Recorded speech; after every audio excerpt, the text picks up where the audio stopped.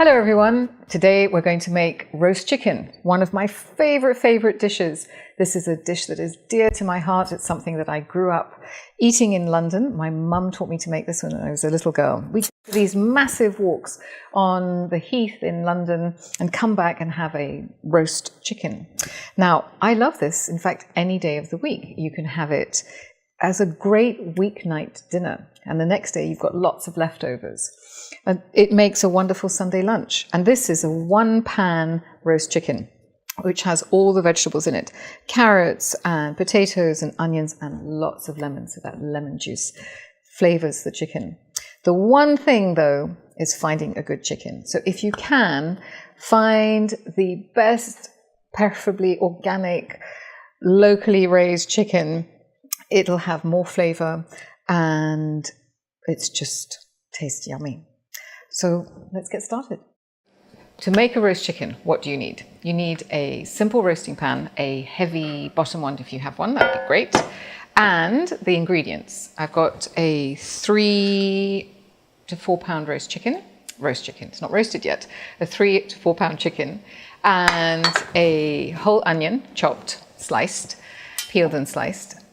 About a pound of small potatoes, and they don't have to be red ones, yellow ones work, just little small potatoes, they're delicious. All of this is going to cook together in one dish. And about 6 or 7 carrots. These are really lovely, different coloured carrots, red ones, yellow ones, orange ones, fantastic, adds a nice pop of colour. And some lemons, we're going to use about 3 to 4 lemons in this dish. So what do we do first? Well, get some olive oil, and we're going to put some olive oil in the bottom of the pan, just a little drizzle of olive oil like so. And get your onions, put those in the pan and just spread them out all over the bottom of the pan. And the onions create a bed for the other vegetables. So I'm going to put the potatoes in here. Just take that off. You want to leave these whole. If they're big, you can chop them in half. And then peeled and chopped carrots. So look at this, so pretty.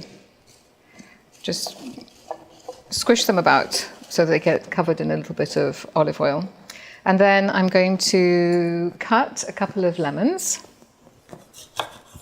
in quarters. About 2 lemons will do. And then we're going to pop the chicken on top. Okay, so a couple of lemons. I like to squeeze a little bit of the juice out as I put them into the pan. Like that. All right, now for the chicken. Put the chicken right on top of the vegetables. Now, one quick thing is I've picked up this chicken, so I need to just wash my hands. I don't want to contaminate everything. I'll be right back. So now we're going to put some olive oil and lemon juice and salt and pepper to season the chicken. So get some, I just have some pure virgin olive oil and drizzle it over the top of the chicken. Like so, and put a little bit on top of the vegetables as well, like that. Get some lemons, and just squeeze those on top. And then I just use the whole lemon and just stick it straight into the pan, flavors everything. So as the chicken cooks, all the fabulous juice from the chicken goes into the pan and into those vegetables, and the potatoes soak it up, and the onions taste of all the juices. It's really scrumptious. One pot. One dish. Love doing dishes like this. All right. And then we'll get a little bit of salt and pepper over the top and season the vegetables as well. Like that. And good dose of pepper. These are nice cherry peppers. A little spicy, come from India. One of my favorite peppercorns. Okay. And then I like to just tie the chicken legs up. So I'm going to use some kitchen twine to do that. And I've got some lovely fresh rosemary here. I'm just going to pop a bit of rosemary in and around the chicken and one little piece inside. So we'll just take a little bit off here. This. Rosemary is quite strong, so I just find two or three sprigs will do. I save another little piece. Let's find another little piece. This one's going to go inside. Okay, so a little bit of chicken, little bit of lemon to go inside the chicken, piece of rosemary, and some kitchen twine. And you just, doesn't need to be complicated. Just tie the legs together so that it holds everything in a nice neat package. Like that. It helps it cook evenly as it's roasting. Now, the one thing I do also is to turn the chicken over for the first 15-20 minutes. We're going to put this into an oven at 400 degrees.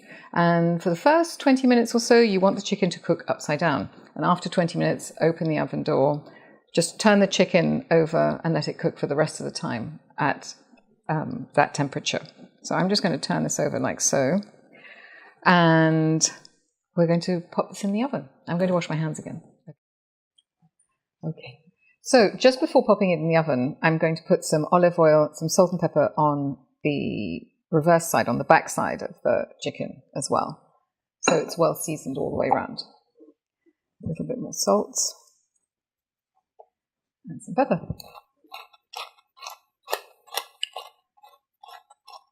There we go. All right, now we'll pop it in the oven. So look at this. This is the beautiful roasted chicken out of the oven with all these gorgeous vegetables, and they're just glistening and wonderful, and they've been, all the juice from the chicken has gone into the vegetables, and it's just heavenly. Now, whatever you do, don't carve this straight away. You need to leave it for about 10 minutes. And I put a little piece of foil or parchment paper over the top and just let it rest. This gives the meat time basically to relax in a way. The juice has gone all the way into the inside of the chicken while it's been roasting. And now that it's out of the oven, all that juice is going to slowly permeate its way back to the outer parts. You know, if you've cut a piece of meat and all the juices have just gone whoosh into the pan or onto the plate, that's why you cut it too soon. This way, you'll have a very juicy bird. Okay. We're going to wait a few minutes and then we can carve it and have a lovely lunch or dinner. And remember to serve up some of those delicious vegetables and those pan juices with your chicken. Bon appétit!